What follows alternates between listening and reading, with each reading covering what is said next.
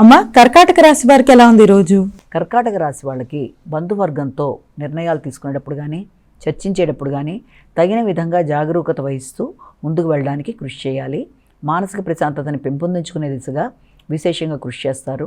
నూతన అవకాశాలు లభ్యమవుతాయి. వృత్తిపరమైన అభివృద్ధి కొరకు ఆలోచనలు అధికం చేస్తారు. నూతన అవకాశాలు మీకు ఆనందాన్ని ఇస్తాయి. కానీ వాటిని ఉపయోగించుకునే నేపథ్యంలో వాటిని ఎంతవరకు ఉపయోగించుకోవాలన్న విషయంలో కూడా మీ యొక్క కుటుంబ విషయాలకు ఇచ్చిన ఇంపార్టెన్స్ విషయం వల్ల వృత్తికి సంబంధించిన విషయాల మీద అధిక శాతం దృష్టి కేటాయించకుండా కుటుంబ విషయాల మీద అధికంగా దృష్టి కేటాయిస్తారు. గృహ వాహన సౌఖ్యాల కొరకు కూడా విశేషంగా ఆలోచిస్తారు.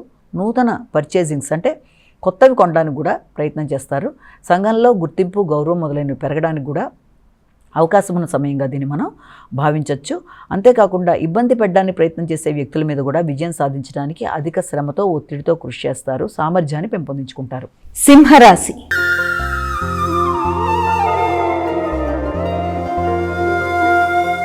అమ్మ, సింహరాశి వారికి ఎలా ఉంది ఈరోజు? ఈ సింహరాశి వాళ్ళ విషయంలో ఆశించిన ఫలితాలు చాలా వరకు అనుకూలంగా ఉంటాయి.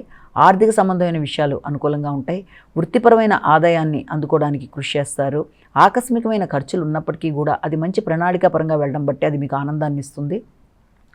దైవబలం మీకు అనుకూలంగా ఉండడం బట్టి ఆశించిన ఫలితాలు, అలాగే సంతానవర్గం యొక్క అభివృద్ధి, సంతానం యొక్క అభివృద్ధి కొరకు పెట్టుబడుల కొరకు ప్రయత్నాలు చేయడం, అంతేకాకుండా ఆకస్మిక ధన ఆదాయం కొరకు చేసే ప్రయత్నాలు కూడా చాలా వరకు మీకు అనుకూలంగా ఉన్నప్పటికీ అధిక ఖర్చులకి, కుటుంబపరమైన విషయాల కొరకు, బంధుమిత్రుల కొరకు, అలాగే ఇష్టపడిన వ్యక్తుల కొరకు, విందు వినోదాల కొరకు కూడా ధనాన్ని ఖర్చు పెట్టడానికి వెనుకాడరు.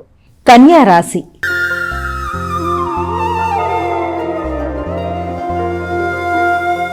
అమ్మ, కన్యా రాశి వారికి ఎలా ఉంది ఈరోజు? ముఖ్యంగా కన్యా రాశి వాళ్ళకి వృత్తిపరంగా అభివృద్ధికరంగా నిర్ణయాలు తీసుకుంటారు. వృత్తికి సంబంధించిన ఆదాయం అందినా కూడా అది వృత్తిలోనే మీరు వ్యక్తుల కొరకు అవసరమైతే సహకరించడానికి, వారికి ఇవ్వడానికి ప్రయత్నాలు చేస్తారు. భాగస్వామి వ్యవహారాల మీద దృష్టి కేటాయిస్తారు.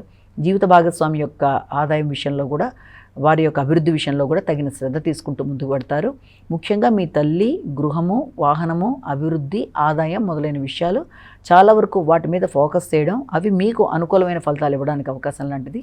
గృహ వాతావరణంలో సౌఖ్యం కొరకు తీసుకునే ప్రయత్నాలు, విద్యాపరమైన విషయాల్లో విద్యార్థుల అభివృద్ధి మొదలైనవన్నీ కూడా చాలా వరకు అనుకూలంగానే ఉంటాయి.